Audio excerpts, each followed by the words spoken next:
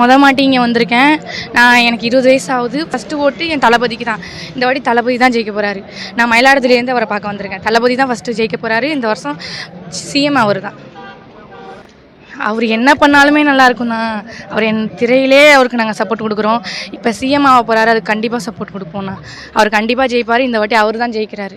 உங்கள் வீட்டில் எல்லாரும் ஓட்டு யாருக்கு? எங்கள் வீட்டில் எல்லா ஓட்டுமே இருக்கிற 20 ஓட்டுமே தளபதிக்கு தான்.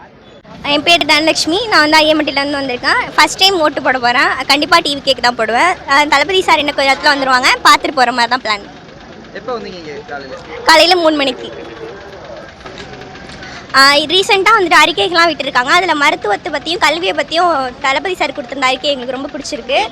கண்டிப்பாக இது நடந்தால் நல்லாயிருக்கும். என் பேர் தீபிகா. நான் தஞ்சாவூர் மாரியன் கோயில் அதுலேருந்து நான் வந்துட்டுருக்கேன். எனக்கு ரொம்ப ஈகராக இருந்துச்சு, எப்படா நம்ம ஊருக்கு வருவார் விஜய், நம்ம பார்க்கலாம் அப்படின்னு சொல்லிட்டு.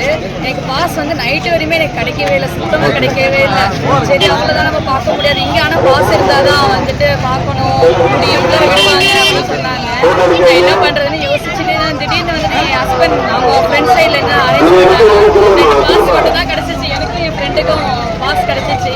அதான் சரி தைரியமாக வந்து விஜய் நம்ம பார்க்கலாம் அப்படின்னு சொல்லிட்டு, என்னோடது வந்து 2வது ஓட்டு இது.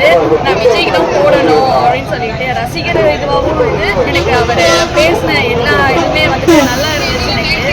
அதனால தான் அவருக்கு கிளியராக வந்து பார்க்கலான்னு